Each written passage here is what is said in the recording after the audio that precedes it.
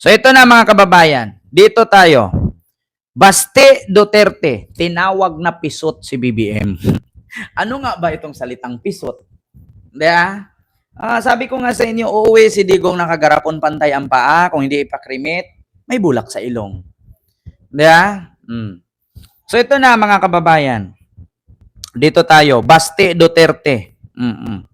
Sinabing si BBM daw ay pisot. Ito. Panoorin natin to ha, mga kababayan.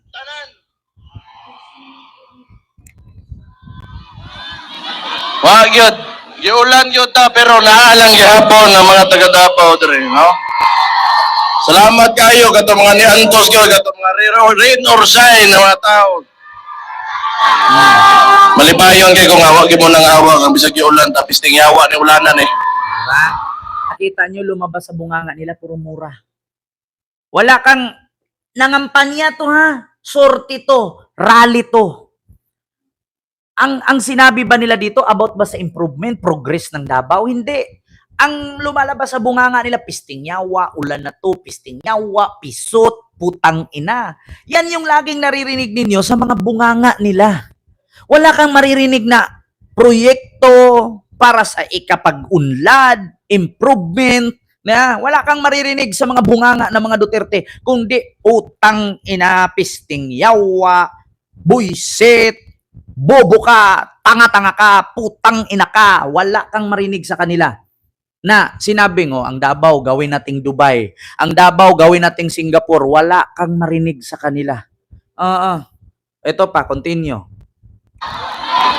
Ayan, may nagtanan.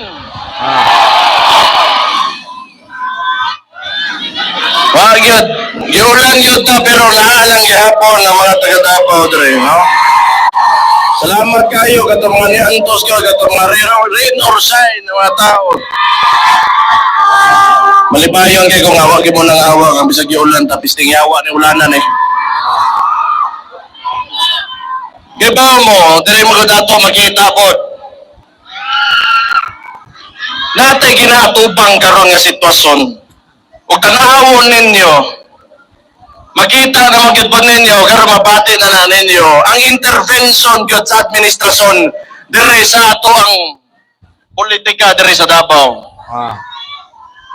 Pero dili ko mabalaka kay ngano man tibuok og dako akong salig sa mga Dabawenyo. Kay kani adto palang gyud. O matimanan ninyo.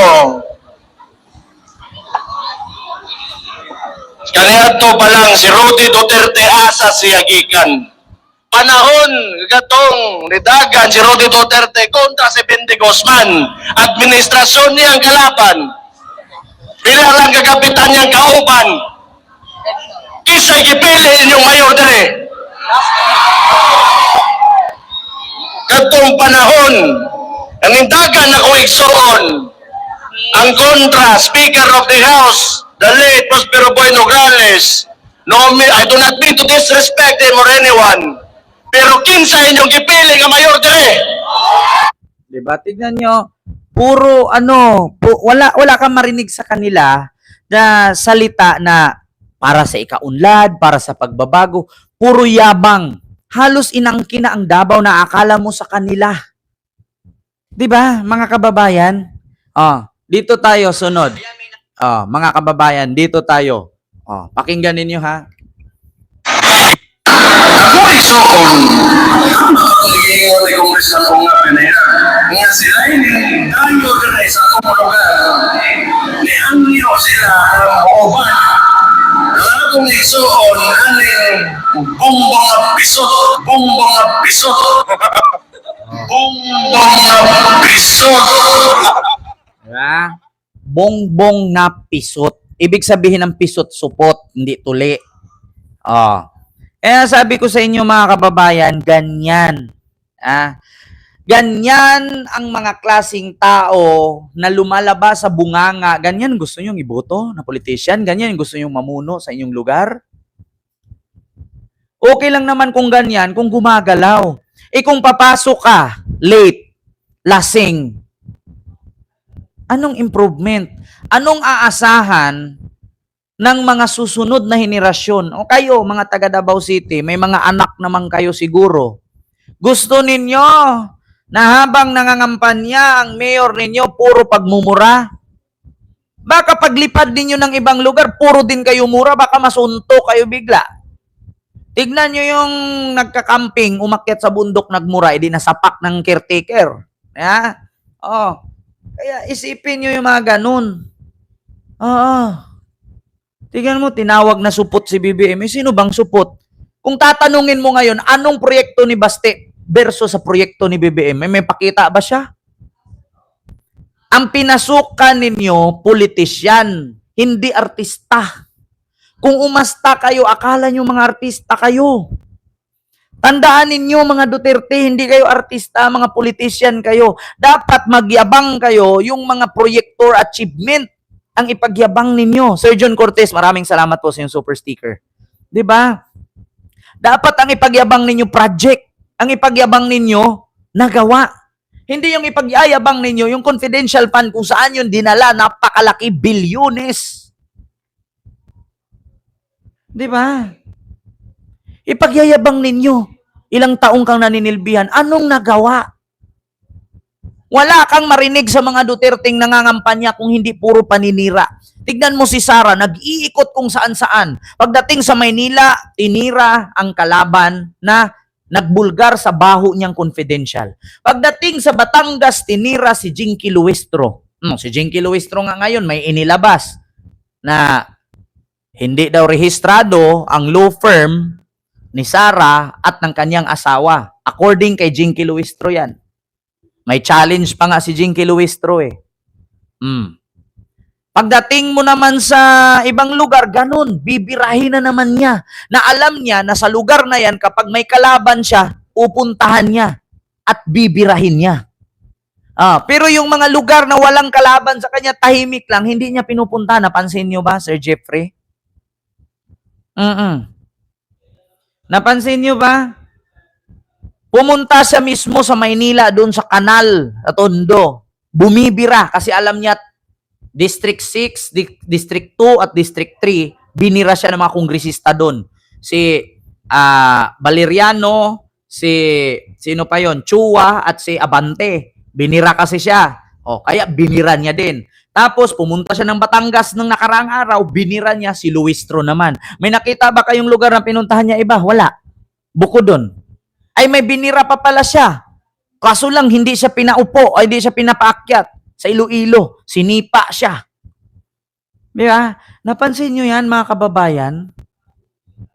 Lahat sila. Paghihiganti ang ginawa ni Sara, hindi para sa bayan. Paghihiganti. Paghihiganti ang ginawa ni Sara, hindi para serbisyo sa bayan. Kasi kung sasabihin mong serbisyo, ano bang ginawa niya simula nung nag-vice president siya 2022? 25 na ngayon, ano ba project niya? Nga, sa Bacolod po yun, Ma'am Smile. Di ba? Sa Bacolod po.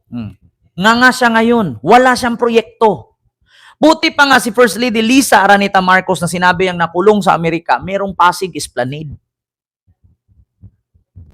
Di ba?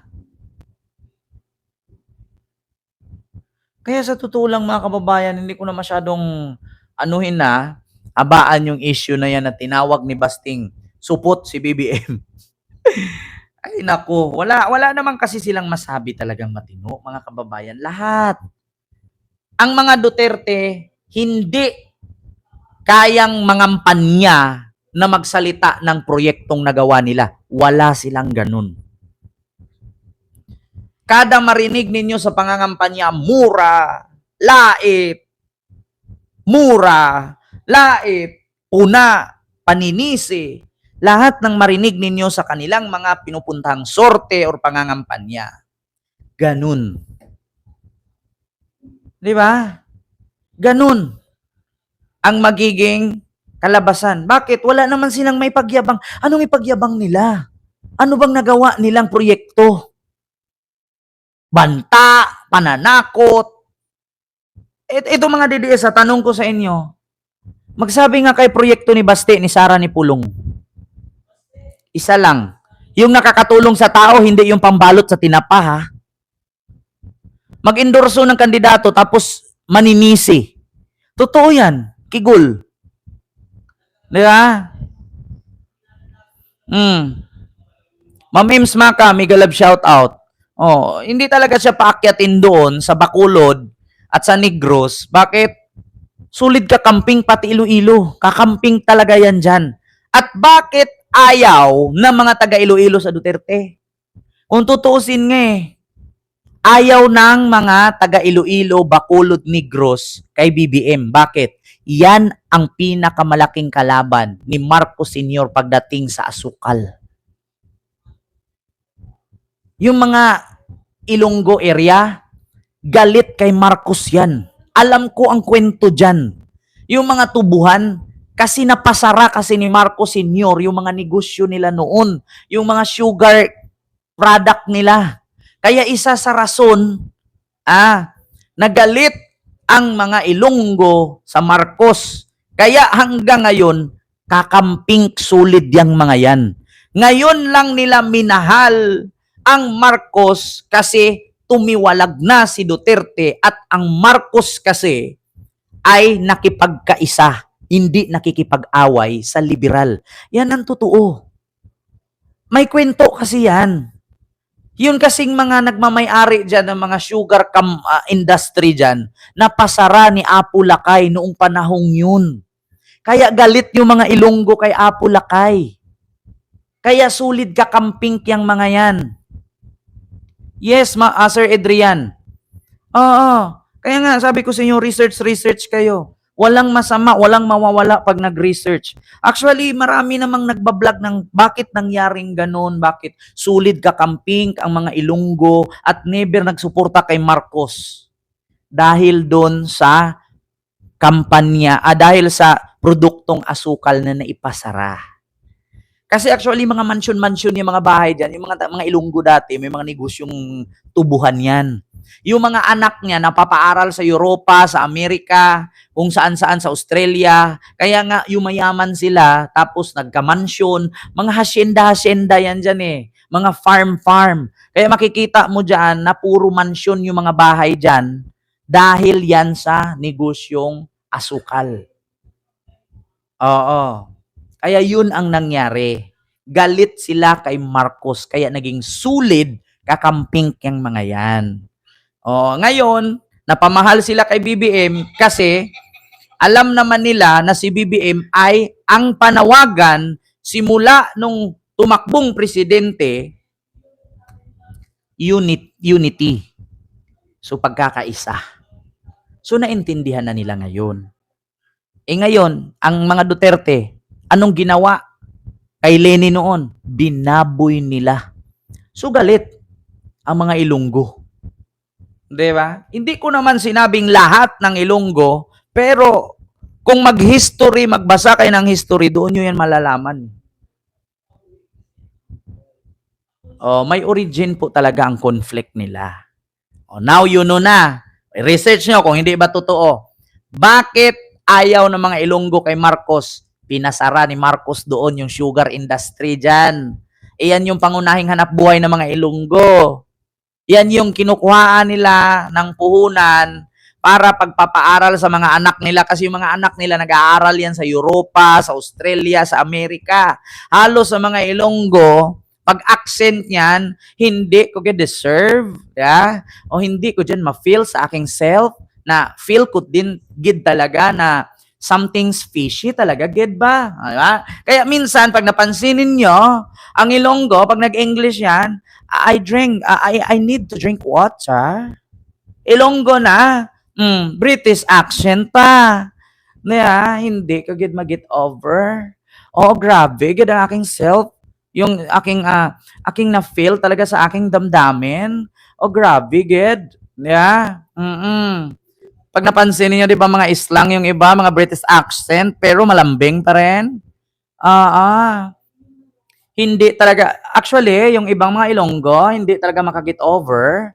Kasi according talaga yan sa kanila. Siyempre, yung mga ibang Ilonggo dyan, nag-aral talaga sa Europe. Kaya pag nag-English, ginawa sila, the dog is running. Do you feel? Have you ever seen the dog is running? Di ba? Kaya nga, someone call the doctor. I feel sick right now, matter. Di ba? Where is my father? I feel something. I can breathe. Oh my God, can you call a doctor immediately? Ganon. Di ba? Di ba, Ma'am Olien? Onlien? Sabi ko sa inyo.